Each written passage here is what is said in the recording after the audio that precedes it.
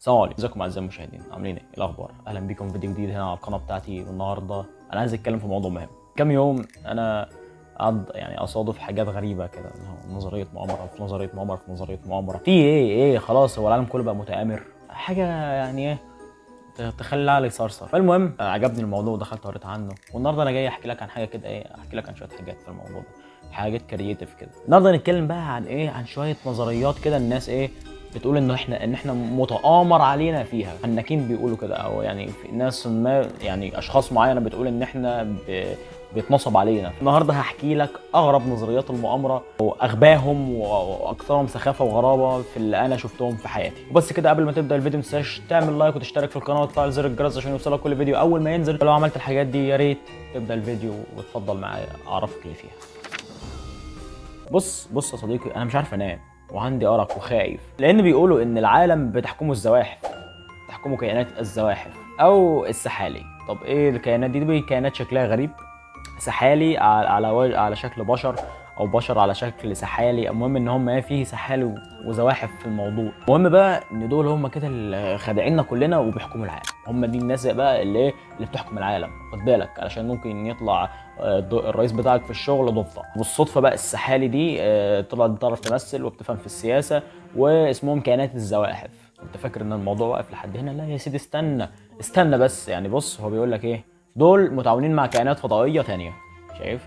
علشان بقى علشان يخضعوك للسيناريو اللي هم عاوزينه، يخضعوا مواطنين كوكب الارض للسيناريو اللي هم عاوزينه، وهو ان المواطن بتاع الكوكب يفضل ياكل ياكل ياكل وياكل ويموت لحد ما يموت. هو بياكل كده، بيعيش وياكل ويموت، يعيش وياكل ويموت، بس يبقى زي مكنه في ايديهم او لعبه في ايديهم. تمام؟ هم كده اللي يكونوا ماسكين المسرحيه، وزي بتاع الخشب اللي بيلعبون بيه. بس يا سيدي، اللي اتضح ان مفيش اي دليل قاطع على الهبد ده. الهبد اللي انا قلته ده مفيش اي دليل عليه. انا عايز اعرف الناس بس اللي بتطلع النظريات اللي زي كده، انتوا في ايه والله هي تنفع فكره الفيلم وهياخد 2 من 10 كده. احنا لسه بنستفتح على فكره. دي اول نظريه، خلينا نخش في الثانيه.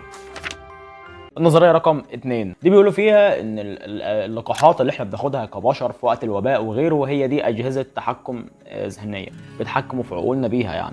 لو انت فاكر ان الناس اللي بتعمل دعايه ضد اللقاحات ناس اغبياء، هنا معلش انت مصاب بمرض شلل الدماغ، وده بسبب اللقاحات اللي انت بتاخدها. ده مش كلامي انا، ده كلامهم هم شخصيا. بيقول لك ان الناس اللي مش مصدقه هنا عندهم شلل دماغ. هم جابوا لك مرض لمجرد انك انت مش مصدقهم. الاشخاص اللي عندهم جنون النظريات دول بيقولوا ان الاشخاص اللي عندهم توحد ده جالهم التوحد ده بسبب اللقاحات اللي بياخدوها. اما بقى الناس اللي عندهم جنون العظمه دول بيقولوا ان اللقاحات فيها اجهزه تكنولوجيا نانو صغيره كده، دي بتتحكم في سلوك الانسان، لا وبتتحكم كمان في عقله، كمان ممكن تدمر الحمض النووي بتاعك وتخليك شبه الزواحف الجينيه. في بعض المنظرين برضو بيقولوا ان اللقاحات دي ممنوعه في كل الكتب السماويه، لا وفي ناس تانية خالص بتصب كل غضبها وبتبقى كل الغضب اللي في دماغها او الانتقاد او الفكره بتاعتها ان اللقاحات ليها اعراض جانبيه. ده طبيعي ان اي لقاح ليه اعراض جانبيه لو هو مش 100% كويس. بس بصراحه لو فكرتوا معايا هتلاقوا ان دي فكره حلوه، هي فكره فيلم حلوه.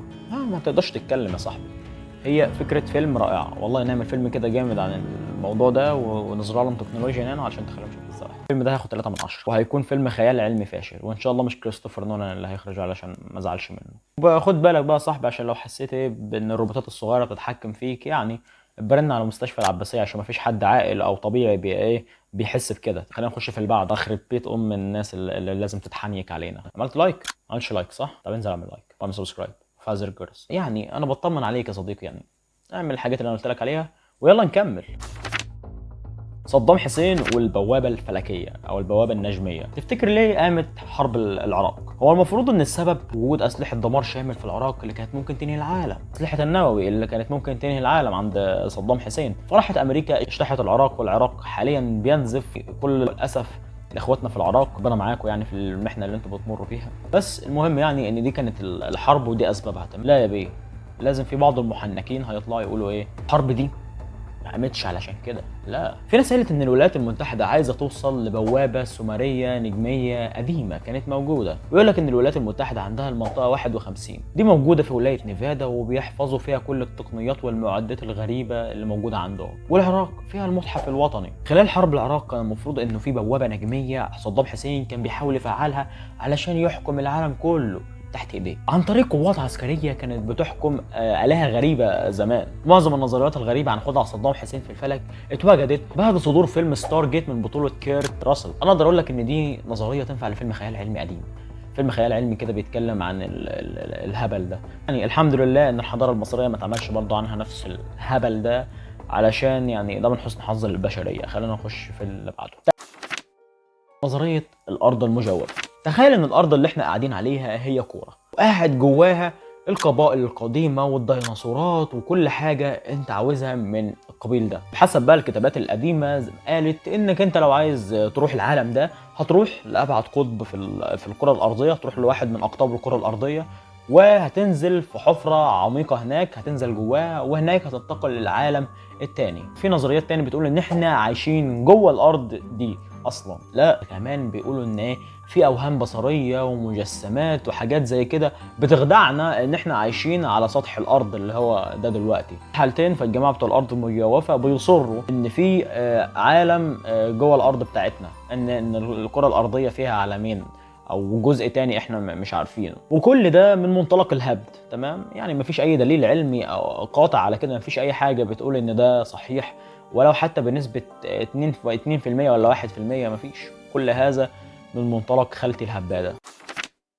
مساء الخير. مبدئيا كده مفيش حاجه اسمها الانسان طلع على القمر، يلا مفيش ده مبدئيا. يعني بص يا صديقي، ده واحد من اقوى الانجازات اللي قدرت تعملها البشريه، ان الانسان يطلع على كوكب القمر. بس لازم يطلع لي شويه محنكين يقرفوني في حياتي ويقرفوا الباحثين في حياتهم ويقولوا ايه، لا الانسان ما طلعش على القمر، وان هم مقتنعين بنظريه كده بتقول ايه، ان كل ده كان تلاعب، ان كل ده كان تزوير من التلفزيون، وان هم اخفوا كل الادله اللي بتقول ان هم ما راحوش على كوكب القمر. على القمر يعني ايه كوكب القمر دي، وان هم دبروا كل حاجه بالظبط علشان ايه المؤامره تنجح. اول مره النظريه دي اتوصفت او حد اتكلم عنها كان في كتاب لكاتب، كان هو ايه، كاتب تقني. يعني الكاتب ده كان شغال في صنع محركات الصواريخ. تمام، الكاتب قال ايه، قال لك ان مشروع الوصول للقمر كان مستحيل اصلا، وان هم يزوروا الرحله ده اسهل بكتير اصلا. المهم يعني ان جمعيه الفلات ايرثرز او الارض المسطحه تبنوا النظريه دي طبعا، يعني طبيعي لازم يتبنوها، وبصراحه سيرتهم بتعصبني. لا ومش كده وبس، يعني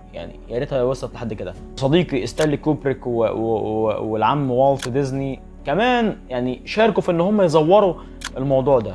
شوهتوا سمعه الناس والله، يا ترى والله حرام عليكم. ستانلي كوبريك وتحفه ذا شاينينج، ليه شايفين جاك نيكلسون؟ ترى الله راح ينتقم منكم، الله ينتقم منكم يا ابو معلم. المهم طبعا يا صديقي، لا ده كلام من منطلق الهبد، يعني ده هبد رسمي، ده مفيش اي دليل يعني يقول كده، لان في 400,000 انسان اشتغلوا في مشروع ابولو. موظف الاسم، انت مستحيل تخرس 400,000 انسان كل الوقت ده. حرفيا مفيش اي دليل ضد الكلام ده غير الهبل اللي احنا شفناه ده، بس مش اكتر. هو بس كده يعني، انا ما بحبش اكتر في القوائم، بس حرفيا دول اكتر 4 نظريات يعني ايه شدوني كده وحبيت ان انا اتكلم عنهم. اخيرا يعني وصلنا لنهايه الفيديو. لو انت كملت معايا الفيديو فانت واحد من العظماء النبلاء الشرفاء، الناس الحلوين اللي انت وصلت لحد هنا. اعرف انك انت شخص انت بتجاهد، وانا بحترمك، وانت والله العظيم انت شخص زي العسل. ما تنساش بقى تكمل جميلك وتعمل لايك وتعمل شير وتعمل سبسكرايب وتفعل زر الجرس، عرف الناس معاك الهبد اللي احنا قلناه ده والنظريات اللي الناس بتتداولها في العالم بتاعنا. الكلام ده موجود برضو معانا في العالم يا جدعان، نعرفه الناس ده. وبس كده، دي كانت نهايه الحلقه. اتمنى تكون الحلقه عجبتكم. عجبتكم بقى اعملوا اللي انا قلت لكم عليه. وبس كده، والله شرفتموني وانستوني وبس. السلام عليكم، اتفضل، سلام.